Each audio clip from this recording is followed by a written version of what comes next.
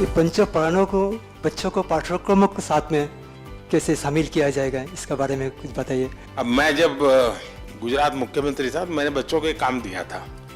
मैंने कहा भाई बताओ आपके गांव में सबसे पुराना वृक्ष कौन सा है, पेड़ कौन सा है, ट्री कौन सा है। जाओ गांव के अगल बगल में जरा घूमो। तो सारी स्कूल जाती थी, टीचर जाते थे। कोई कहता था ये हो सकता है 50 साल पुराना होगा, कोई कहता है ये 100 साल पुराना होगा, कोई कहता नहीं है। फिर वो गांव के बुजुर्गों को पूछते थे, तो फिर वो आइडेंटिफाई करते थे, मन बनाते थे, चलो भाई इन्होंने बोला इसको हम ओल्डेस्ट। तो मैंने कहा गांव वालों को पता होना चाहिए कि हमारे गांव का ये ओल्डेस्ट ट्री है। फिर मैंने उनको कहा कि आप उस ट्री की आत्मकथा लिखो, और आप हैरान हो जाएंगे कुछ बच्चों ने इतना बढ़िया लिखा था। अब ये चीजें हैं उसको जोड़ती है। ये कोई ऐसी चीज नहीं है कि पत्थरों से बनी हुई चीजों में ही हमारे पंच प्राण है। हमारा सामर्थ्य हर जगह पे पड़ा हुआ है। हम उसे जोड़े, उसका गर्व करने के लिए सिखाए।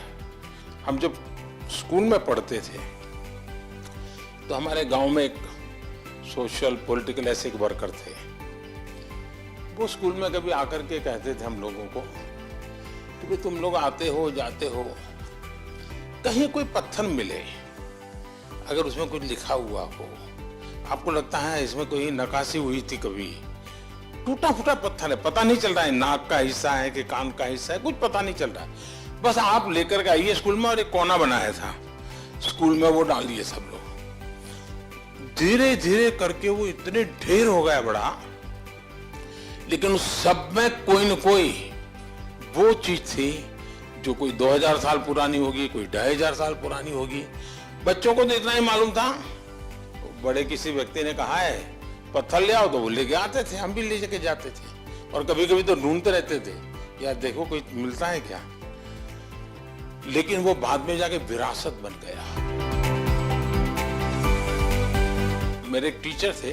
अब स्कूल में समय पे आना चाहिए, इसके लिए वो कभी भाषण नहीं देते थे, कभी शिक्षा नहीं करते थे। तब तो हम बहुत बच्चे थे। लेकिन मैं आज एनालिसिस करता हूं तो उन्होंने बड़ी चतुराई की थी। उन्होंने एक डायरी लाए थे और डायरी सबको बताई बच्चों को। बोले सुबह जो पहले आकर के इसमें लिखेगा सेंटेंस, उसके बाद जो भी आएंगे उन सबको नीचे और सेंटेंस लिखना पड़ेगा। लेकिन मानो पहले ने लिखा कि सूर्योदय बहुत ही सुंदर होता है, तो फिर बाकी जो भी आएंगे उनको सूर्योदय या सुंदर पर ही लिखना पड़ेगा। तो हर एक को रहता था कि यार मैं कोई और लिखे उसको फॉलो करूं, मैं जाऊंगा। तो हमारे क्लासरूम में ये एक छोटी सी चीज थी, सबको रहता था। और बाद में जब साल भर के बाद देखा, इतने क्रिएटिव आइडियाज थे उसमें। मेरे एक टीचर, अभी उनका स्वर्गवास हुआ, और वो करीब 98 थे आखिर में।